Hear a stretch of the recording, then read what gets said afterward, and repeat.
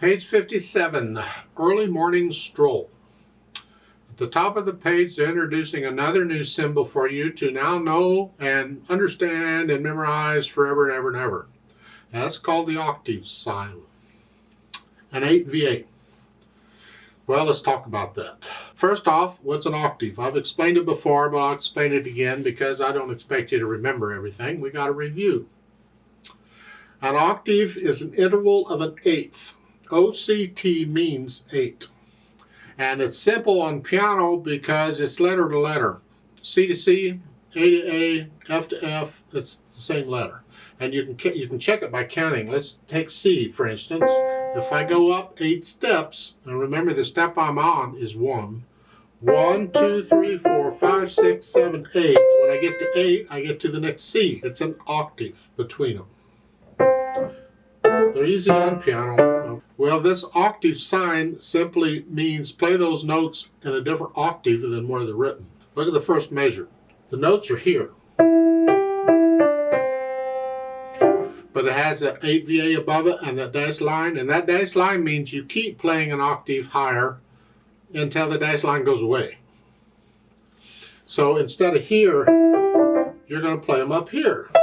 Start up here.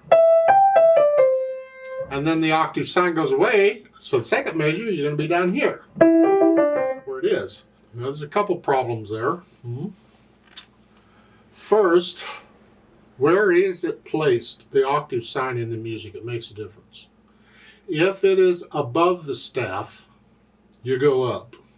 If it is below the staff, you go down. And it's only for the staff, that one staff.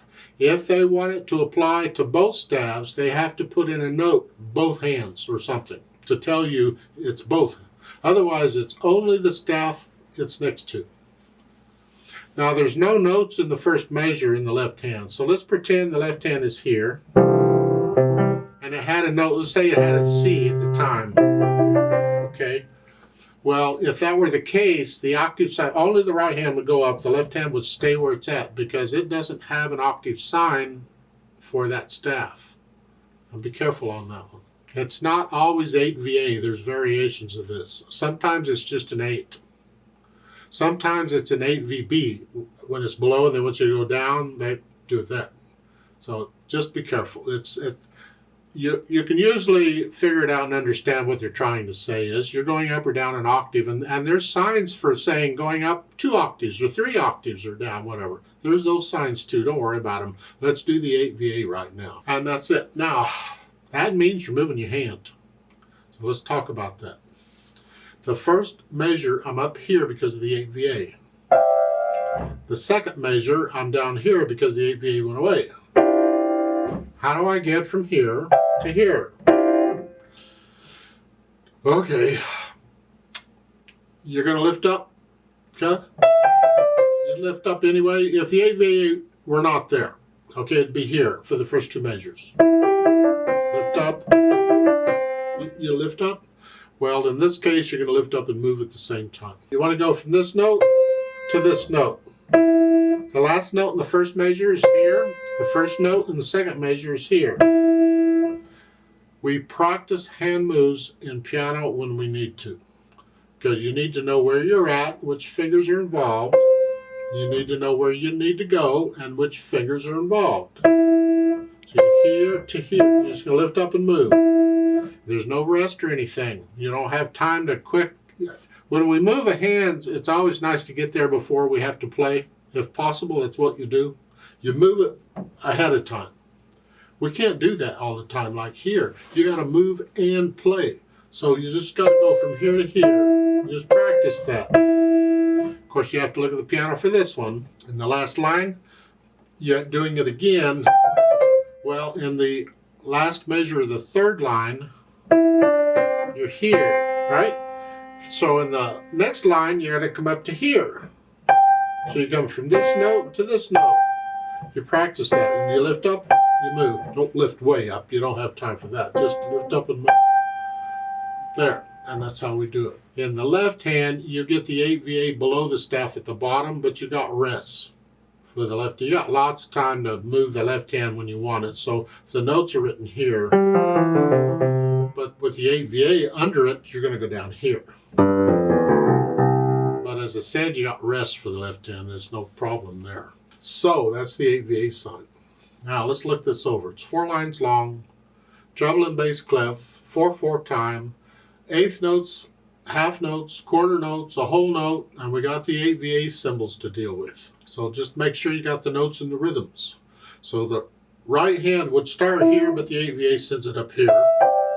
And the left hand starts here, so we're sort of in C position here, actually. So it's 1 and 2 and. 1 and 2 and 3 and 4 and. And 4 and. 1 and 2 and. 1 and 2 and.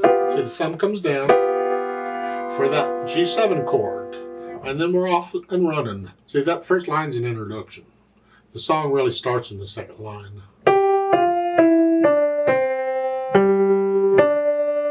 And then for the half note, you got a G7 chord in the left hand at D. Here. Again, both hands together, but you just got a G7 chord in the left hand. I've done these before, and the third line down in the second measure, you get the F chord for the left hand. Thumb comes up here. So here. So the left hand's got these chords. Except in the last line, the left hand comes down. So the last line, you're starting here in the right hand, and then here, and then come down. And I suggest, as you're playing this, get the left hand down. So you're ready to go. 1, 2, 3, 4. So the melody went to the left hand at the end. That's sort of the notes and the rhythms, but you can work that out very slowly, get rid of the hesitation so you're sort of comfortable with this moving around bit. Don't mess up the beat because you're moving your hands. The beat has to be a steady beat. As far as the articulation goes, you can put in the phrasing they've got. Just lift up. Lift up. Lift up. Lift up between the phrases, like taking a breath. Yeah. Dynamics, well, they give you a few. We get some variety here. The first measure is forte, or loud, whatever you think loud is. Not super loud, just loud. And then the next measure is sort of soft. Mezzo piano down here. And then the next measure, when the left hand gets it, is soft. This is even softer. And that's at the end of that line, it's soft all the way. Yeah. And then for the second line, it's up to moderately soft here. It's the melody. These chords gotta be soft or very soft. Keep them in the background.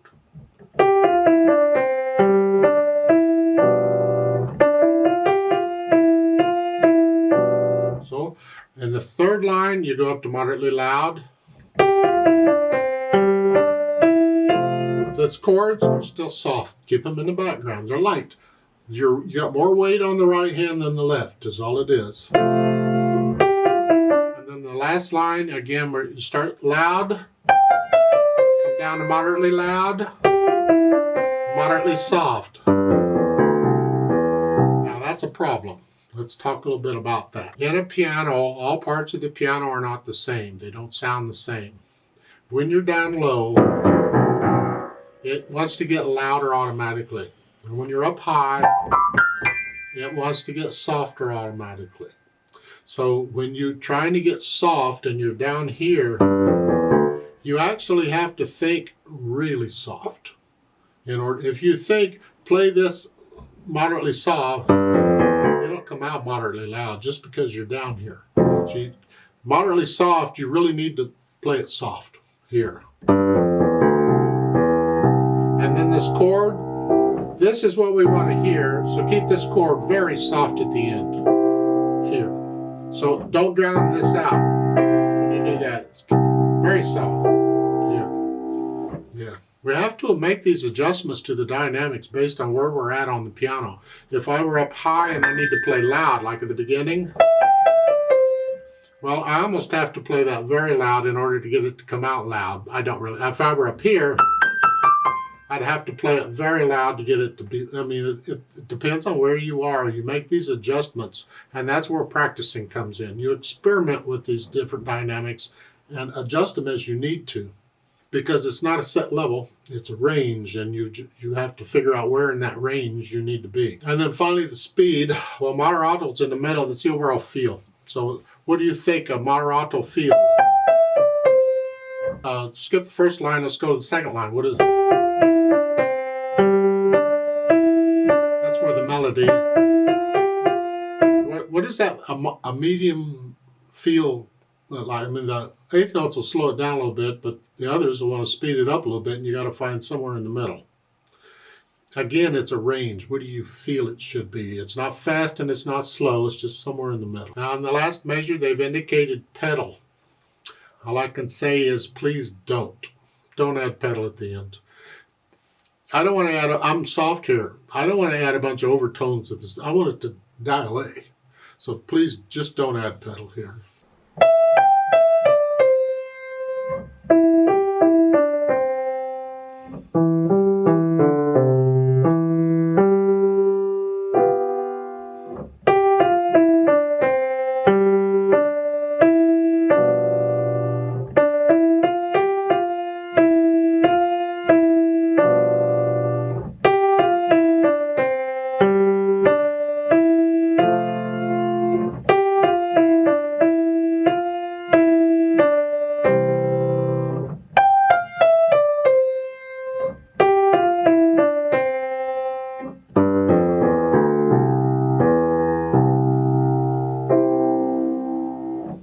Please don't copy me. You learn to do it. You get into the music. You start feeling it, and you make it yours. Let's play it together very slowly to double check all of our notes and rhythms. I'm not going to do any dynamics. I'm playing all about the same, because all we're doing is checking notes and rhythms. We're not performing it. So I'll give us 4 counts. Let's try it together slowly. 1 and 2 and ready and go and 1, 3 and 4 and 3 and 4 and 1, 2 and 3 and 4 and